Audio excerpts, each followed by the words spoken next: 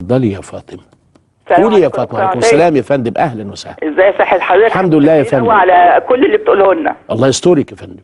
وانما انا عندي مشكله كده، ليه يخليك اسمعها لي للاخر. قوي. انا اخويا ومرات اخويا يعني ما فيش توافق اجتماعي بينهم بعض قوي، بس عايشين ومخلفين بنت وكده، بقالهم 17 سنه متجوزين. هي دلوقتي سابت البيت وخلته بره من يومين او من 3 ايام كده، سابت البيت راحت عند اهلها. هو حاليا بيقول حتى لو رجعت انا عارف هي انا عارف هي فين. عارف ايه؟ ازاي يعني؟ عارف ايه؟ احنا عمالين نقول له لا، يعني لو رجعت خلاص كفى المؤمنين شر القتال واقبلها وخلاص. لا بص، والنبي قوليها وكفى الله المؤمنين القتال عشان خاطري ابوس ايدك.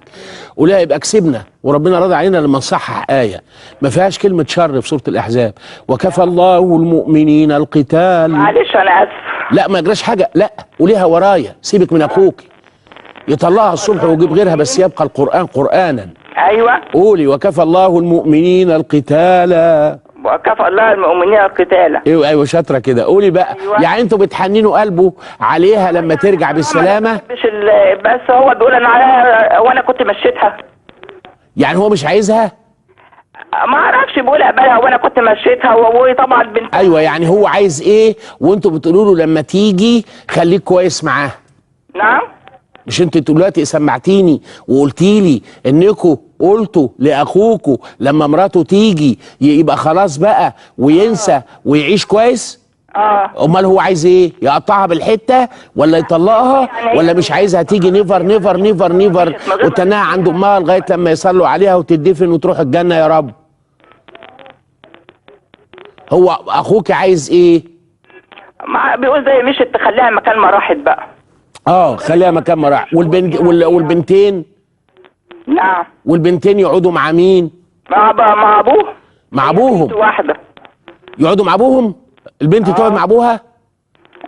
وما تقولوش بالليل ماما فين؟ ماما وحشتني؟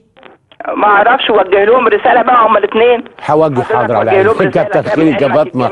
انا هوجه رساله للي تركت البيت ومشيت، واقول لها البيت ده نعمه كبيره جدا، وربنا قال ولا يخرجن من بيوتهن. يا حبيبتي الخروج من البيت خروج الروح اهون منه. فالخروج من البيت لأدنى ملابسه او لاقل حاجه ده منتهى العنف. منتهى العنف انك تلاقي زوجه، وبالذات لما يكون معاها اعداديه زي حالاتي، وتقول لك ايه؟ انا عايز امشي. انا بصراحه كنت عايز امشي المره اللي فاتت لما انت كحيت في وشي. انا كنت امشي المره اللي فاتت عشان حسيت كده باكتئاب. انا كنت عايز امشي علشان خاطر انا لقيتك بتكلم سوسو بوسو.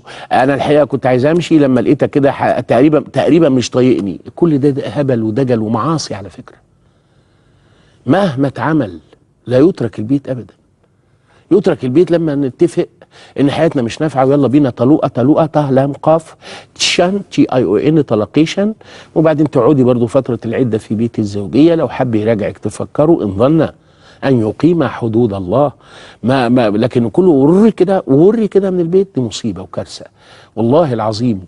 والله هي كده. عشان تتعدل نبقى عارفين ان البيت ده خروج منه لفسحه، لقضاء حاجه، لحج، لعمره، لزياره عيان، ايوه، لصله رحم، ايوه. لكن البيت لا يترك لمجرد خلافه. احنا عندنا عشرات السنين كلاكيع اللي هو ايه؟ اروح لبابا بالبابا اللي يقع، وامثال بقى اللي يرموه اخواتي في الزباله يكفيني. طب وانت ترضي تاكلي من الزباله يا هبله؟ انت معززه مكرمه وانت صاحبه البيت وجايه هنا بكلمه ربنا مش بكلمه حد. ما حدش مضايفك، والراجل ده جوزك وراضي عنك. كل الثقافات بتاعت المشلشلات الله يحرقها معاصي، وما ينفعش ابدا الكلام ده. ما انتوا شايفين طول ال 24 ساعه المسلسل والسكريبت والسيناريو مكتوب. خبطت الباب وراها وخرجت راحت عند مامتها ونزلت خدت تاكسي، وقعدوا تابعوا المسلسلات. حوار حصل بينها وبين جوزها في المسلسلات. المشهد الثاني تاكسي في عينك ياخدك على نقاله. تاكسي بيتك ده ما يتسابش ابدا. وبعدين تيجي بقى الواحده تاخد واحد زي حالاتي انا قلبه وجعه وتعباه، وتحكي له بقى انا كنت سايبه البيت وبعدين دريت من البوابه ومن الجيران انه النسوان بيجوا له. وما هو لازم يجوا له نسوان، امال هيجوا له رجاله؟ وممكن يجوا له رجاله لو كان شاذ. ما انت سبتي له العشه يا ام عشه. انت سايبه العشه هنيه وعلى فرشتك. هو انت كنت صنت فرشتك؟ ما انت سيبتها ورحتي عند ماما. انتوا غاويين ماما قوي كده، ما بلاش جواز واقعدوا عند ماما، يجرى ايه؟ خليكم مسلمين محترمين. انا مش هقدر استغنى عن ماما، خليني مع ماما. ماما وحشتني، خليني مع ماما. يا ماما اتجوز ازاي وانت هتوحشيني؟ اخرب على الدنيا.